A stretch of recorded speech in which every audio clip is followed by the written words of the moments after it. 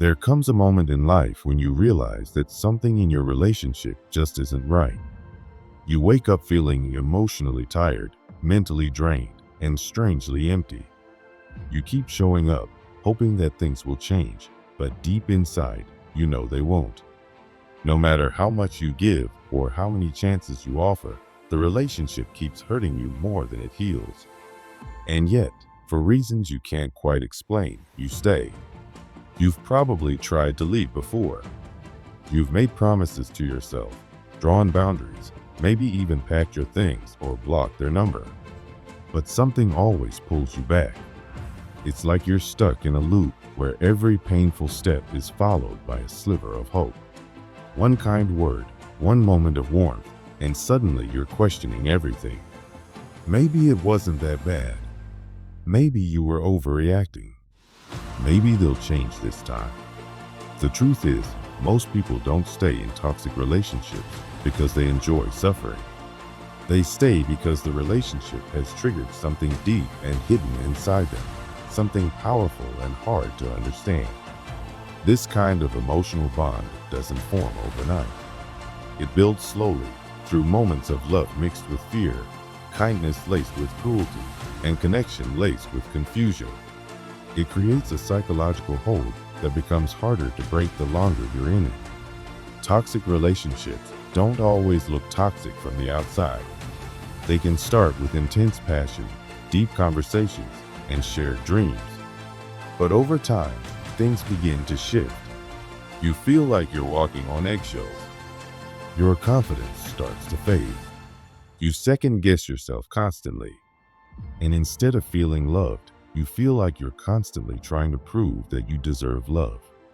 What's really happening in these relationships goes beyond simple disagreements or misunderstandings. It's about emotional patterns that often began long before the relationship ever started. Many of us learn what love is from our childhood. If love felt inconsistent growing up, if it came with rejection, criticism, or silence, then that becomes our internal blueprint for how love works. When someone shows us affection one moment and then pulls away the next, we don't necessarily see a red flag. We feel something oddly familiar. The sad reality is that healthy, steady love can feel unfamiliar, even boring, to someone who grew up with emotional chaos. So when we meet someone who mirrors that pattern of unpredictability, our brain lights up. It thinks, this is what love is supposed to feel like. And without realizing it, we fall into the same loop again, chasing approval, fighting for affection, and hoping for change. At the center of this emotional trap is something called intermittent reinforcement. This term comes from psychology, and it explains why so many people get stuck in painful relationships. Intermittent reinforcement means getting rewarded randomly, not consistently. One day, your partner may be loving, affectionate, and full of promises. The next, they might be cold, distant, or even cruel. That inconsistency is powerful. It keeps your brain guessing. It keeps you hooked. You never know when the next good moment will come, so you keep trying, hoping, waiting. Over time, this trains your mind to work harder for smaller rewards. In the beginning, you might have demanded honesty, respect, or attention. But now, you're satisfied with a kind text, a half-hearted apology, or a rare day of peace. You start to shrink your needs just to make the relationship feel bearable. Even worse, when you do try to speak up or express how you feel, you're often met with manipulation. Maybe they accuse you of being too sensitive. Maybe they twist your words and make you feel like you're the one causing problems. Maybe they gaslight you, subtly or directly making you doubt your own memory, your feelings, or even your sanity. Suddenly, you're not just hurt. You're confused. You don't know what's real anymore. Gaslighting is one of the most dangerous parts of emotional abuse because it slowly breaks down your ability to trust yourself. You start to question whether your reactions are valid. You replay conversations in your head. You apologize when you've done nothing wrong. You stop defending yourself because it just seems easier to give in. And slowly, you lose sight of who you were before this relationship began. Another common tool used in toxic relationships is projection. This happens when your partner blames you for the very things they're doing themselves. If they lie, they accuse you of dishonesty. If they cheat, they accuse you of being unfaithful. If they act out in anger, they tell you it's your fault for pushing them. Over time, you begin to carry guilt that doesn't belong to you. You become so busy defending yourself that you forget to ask why you're in a relationship that requires so much defense in the first place. All of this creates a cycle that's very hard to break. One moment, you're being blamed. The next, you're being loved. Then you're being ignored. Then you're being begged for forgiveness. The emotional whiplash keeps your nervous system in a constant state of stress. You crave peace, but you never know when it's coming. You want to feel loved, but the love always feels just out of reach. And here's the hardest part. Leaving doesn't always solve the problem right away. You might walk away physically, but emotionally, you still feel tied to them. You might still miss them. You might feel guilty. You might keep wondering if you made the right choice. That's because the relationship didn't just affect your heart, it rewired your brain. It trained you to think that love equals struggle, that approval equals worth, that pain is the price of connection. But it doesn't have to be that way. Understanding these patterns is the first step to breaking them.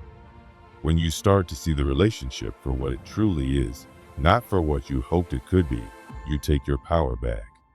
You begin to realize that the love you were chasing was never really love at all. It was emotional control. It was dependency. It was a cycle designed to keep you small. Real love doesn't confuse you. It doesn't punish you for having needs. It doesn't make you afraid to speak or ashamed to feel. Real love is steady, kind, and safe, even when it's not perfect. It's okay if you're not ready to leave yet. It's okay if you're scared. It's okay if you still care about someone who hurt you. These feelings are not signs of weakness, they're signs of being human. But as you start to see more clearly, you'll also start to remember who you are. You'll reconnect with the parts of yourself that were silenced. You'll realize that you don't need to earn love through suffering. And when you do finally walk away, emotionally, mentally, and physically, it won't be because you stopped loving them. It will be because you finally started loving yourself. That's where healing begins. That's when the cycle ends. And that's when you start creating a life where love doesn't hurt. When your self-esteem is broken, you start believing that even the smallest sign of affection is something special. You begin to feel like any attention, no matter how little, is a gift. And when your sense of reality has been twisted, you lose trust in yourself.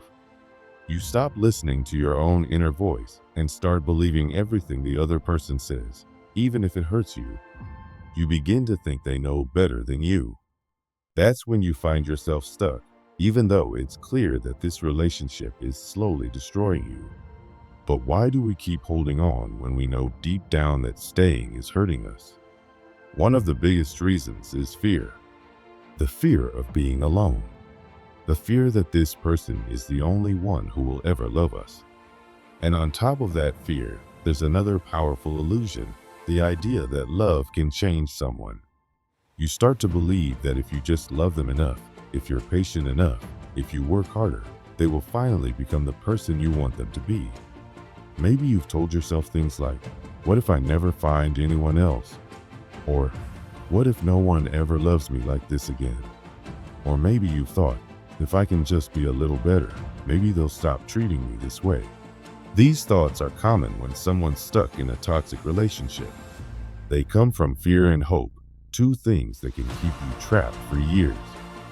Since we were young, we've been taught that being alone is something to avoid. We've seen it in movies, songs, TV shows, and even social media. Everything tells us that love is the goal, that being in a relationship means you've succeeded and being single means you failed. That idea gets planted deep in our minds. So when we find ourselves in a relationship that tears us down, we hesitate to leave, even if it's painful, even if we cry more than we laugh. We start to believe that being alone would be worse than staying. But what you're feeling isn't just fear of loneliness, it's emotional addiction. Toxic relationships can feel like an addiction. You're not just connected to the person, you're hooked on the highs and lows. You remember the good moments, the way they used to make you feel, the kind things they said in the beginning. You hold on to that version of them, hoping it will come back. That hope keeps you stuck. You make excuses for the bad behavior, thinking it's just temporary. You forgive things you never thought you would. You tell yourself they'll change because that's easier than facing the truth. But real love doesn't make you feel small. Real love doesn't make you feel unworthy. And real change doesn't happen because you begged for it. Change only happens when a person wants to change for themselves and is willing to do the work. Ask yourself, how many times have they promised to change? How many times have they hurt you again after saying they wouldn't? If nothing has changed, it's because they never really wanted to change. And facing that truth is painful. It feels like losing hope. It feels like failure. It feels like letting go of something you've poured your heart into. But staying in a toxic relationship only leads to deeper pain that never ends. Leaving isn't easy. It's not just about walking away or blocking someone. If it were that simple, you would have done it already. The truth is, to really leave, you have to break the emotional connection. You have to retrain your mind. You have to rebuild your sense of who you are. The first step is to cut off all contact. No texting. No calling. No, let's be friends. Every time you talk to them, it brings the feelings back. It confuses you. It pulls you back into that toxic cycle.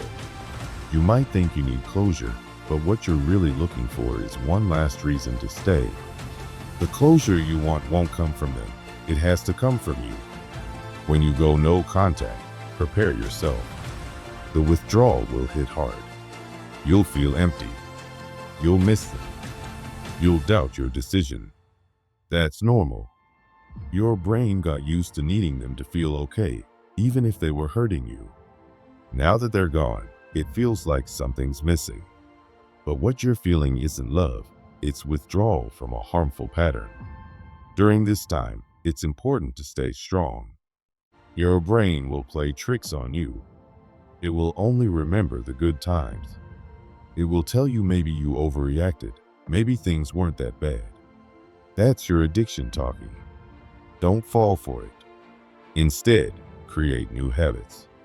Start a routine. Keep yourself busy.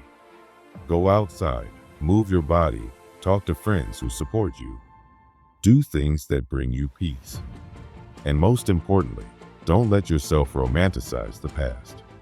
If it helps, make a list of all the times they hurt you, all the lies, all the broken promises, all the tears you cried. And when you start to forget why you left, read that list again. As you move through this process, you'll realize that the relationship didn't just hurt you, it changed the way you see yourself. Toxic relationships break down your self-esteem. They make you question your worth. You start seeing yourself through the other person's eyes. You start believing you're not good enough, not lovable, not strong. Now it's time to remember who you were before all this. What did you enjoy? What made you smile? What dreams did you have? What parts of yourself did you let go of just to keep the peace? This is the time to rebuild, to find yourself again, to know deep down that you don't need another person to make you whole. Society tells us we need love to feel complete. But the truth is, the most important love is the one you give yourself. Real healing starts when you begin choosing yourself, your peace, your happiness, your future. it's not the end of your story. In fact, it's the beginning. There comes a moment where you must make a choice. Will you keep hurting yourself in the name of love that was never real? Or will you finally choose yourself? The early days will be hard. You will miss them. You will cry. You will question everything. But little by little, things will shift. The fog will clear. You'll start thinking clearly again. You'll see the truth that what you thought was love was actually control, manipulation, and fear. You'll remember who you were before the pain. And one day, without even realizing it, you'll wake up and feel free. This is your moment. This is your turning point. You don't need to wait for someone to save you. You don't need a sign. You don't need to hear one more promise or one more apology. You already know what you need to do. It won't be easy, but it will be worth it. You are worth it. And now ask yourself, what part of this story felt like it was written just for you? What made you pause and think, that's what I've been feeling? You're not alone. So many people are going through what you're going through. Sharing your experience might help someone else find the courage to leave too. And most importantly, don't stop now. This is just the beginning of your healing. There's more to learn. There's more to understand. There's more of you waiting to be discovered. You're not broken. You're not unlovable. You're just finally waking up. And now you get to choose. Do you want to go back to pain? Or do you want to step into freedom?